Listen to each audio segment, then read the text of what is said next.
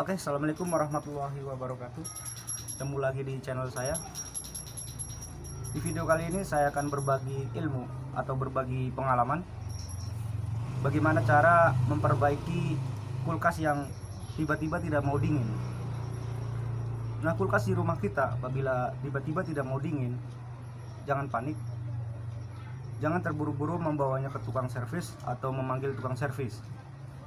Karena kita tahu biaya servis itu cukup lumayan ya, bisa sampai ratusan, bahkan bisa sampai 50% dari harga kulkas itu sendiri.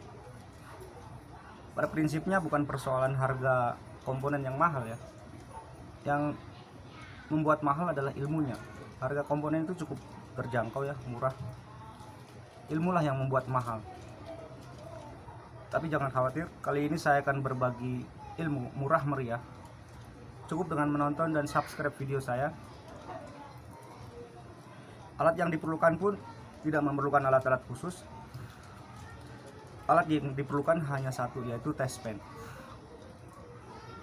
Kalau tidak ada test pen, boleh obeng minus.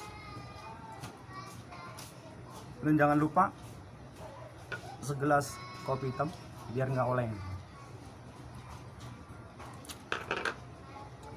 Oke, langsung aja kita eksekusi kulkasnya.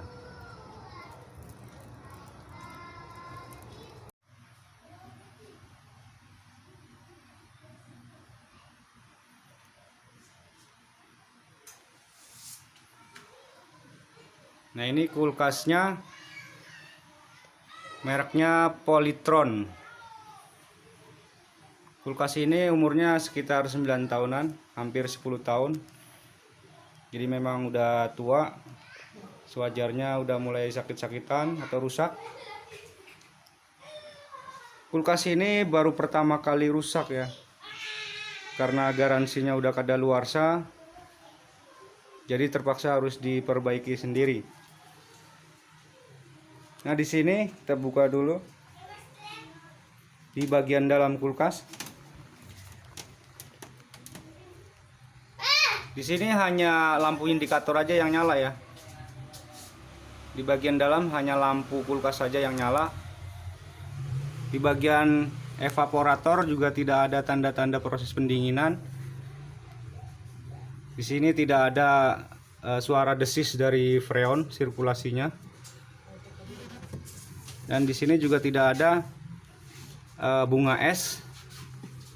Di sini hanya hawa hangat ya. Nah, di bagian sini ada namanya termostat.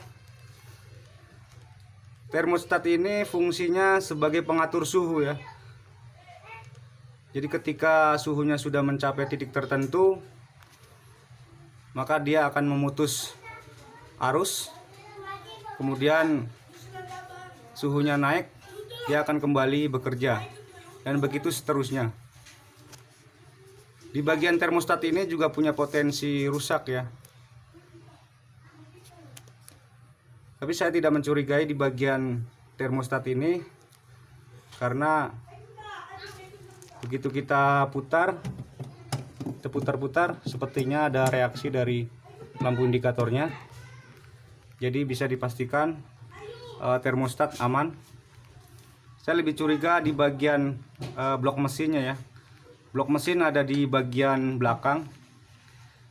Oke, langsung kita ke bagian blok mesinnya. Nah, ini blok mesinnya. Di sini ada kompresor. Kompresor ini fungsinya sebagai pemompa ya, pemompa freon masuk ke seluruh jaringan, termasuk bagian evaporator dan kondensor.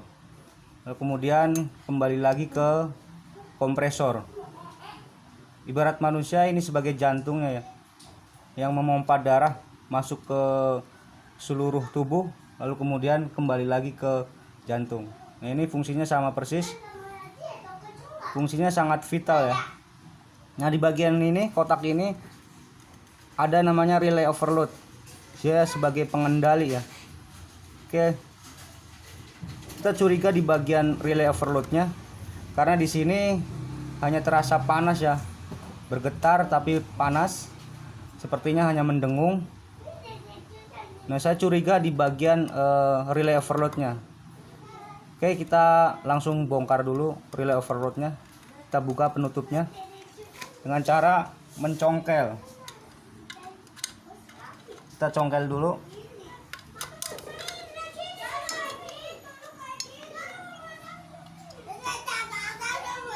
Kita matikan dulu listriknya.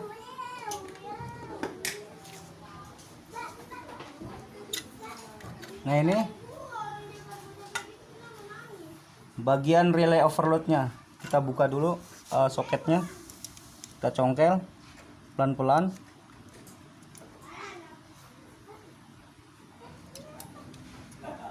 Satunya. Kemudian kita congkel relay overloadnya.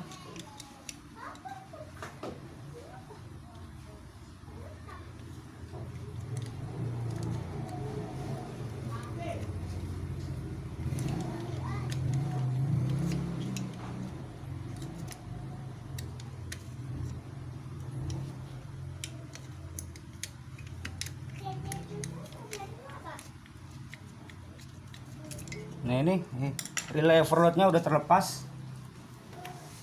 Kebetulan jenisnya relay overloadnya tergabung ya, relay dan overloadnya tergabung. Biasanya kulkas itu relay dan overloadnya terpisah.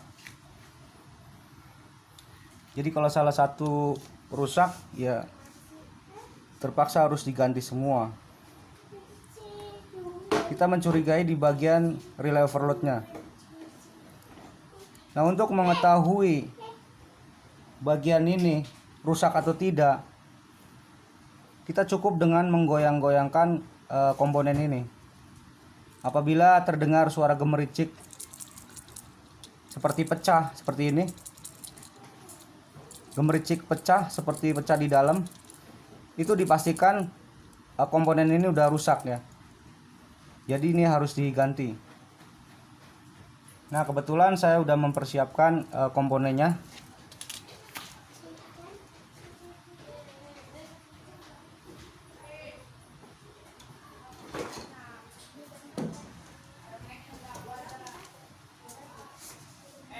Nah, ini komponen yang baru. Komponen yang baru. Kita bisa bandingkan dengan yang baru. Tidak ada suara gemericik pecah ya. Nah, ini yang rusak.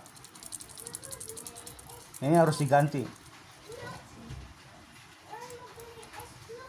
Overload ini fungsinya sebagai pengaman ya, pengaman freon.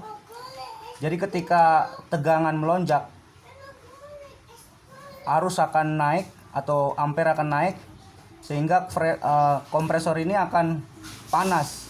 Secara otomatis overload ini akan bekerja mematikan jaringan listrik sehingga tidak sampai merusak kompresor atau gulungan dinamonya. Kemudian bagian relaynya fungsinya hampir sama persis. Dia bekerja berdasarkan panas, jadi ketika dia panas sudah mencapai titik tertentu, maka relay ini akan bekerja. Kemudian setelah kompresor ini dingin, maka dia kembali bekerja, dan begitu seterusnya. Nah, ini harus diganti komponennya. Ini kebetulan saya udah beli baru. Saya beli di toko online, harganya 50.000. Oke, langsung aja kita ganti relay overloadnya.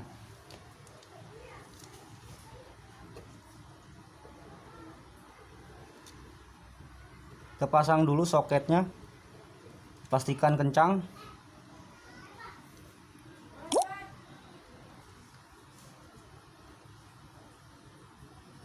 Karena apabila kendor, dia akan timbul percikan api, bisa terbakar. Oke, kita pasang ke bagian pin kompresornya. Ini untuk masuk ke common, kemudian ini bagian starting, dan ini bagian running.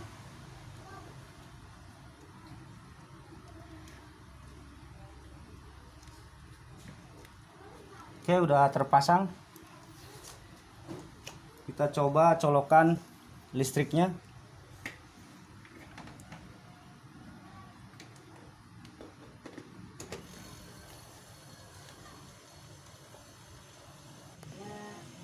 Oke, kompresor sepertinya udah bekerja normal ya.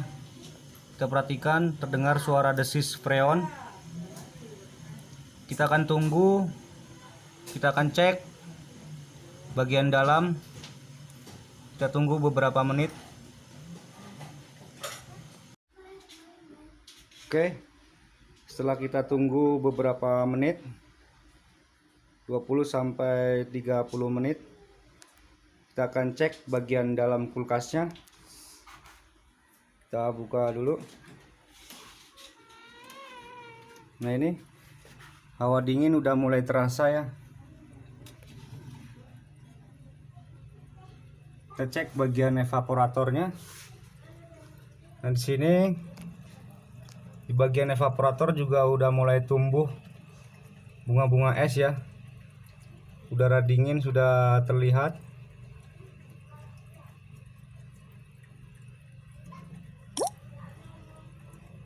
Bagian evaporator sudah mulai menumpuk bunga esnya.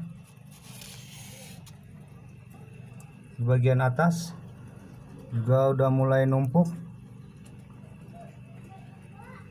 Jadi kulkas sudah dipastikan sudah normal.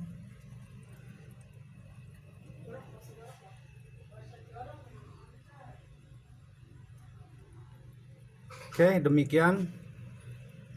Mudah-mudahan bermanfaat buat kalian yang ingin memperbaiki kulkas sendiri di rumah. Terima kasih. Wassalamualaikum warahmatullahi wabarakatuh.